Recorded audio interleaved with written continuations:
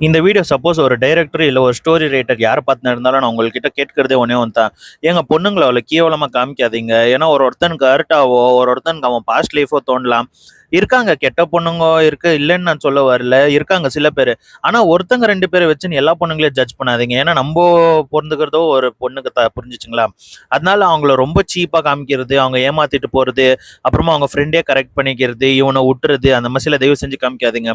இப்ப இந்த ஜெனரேஷன்ல நீங்க கிளீனா பார்க்க போனீங்கன்னா, பசங்க தான் ரொம்ப பேர் ஏமாத்துறாங்க. பசங்க ஒண்ணு லைன்ல வச்சுக்கின்னு இன்னொன்னு ஃபோன்ல வச்சுன்னு இருக்காங்க.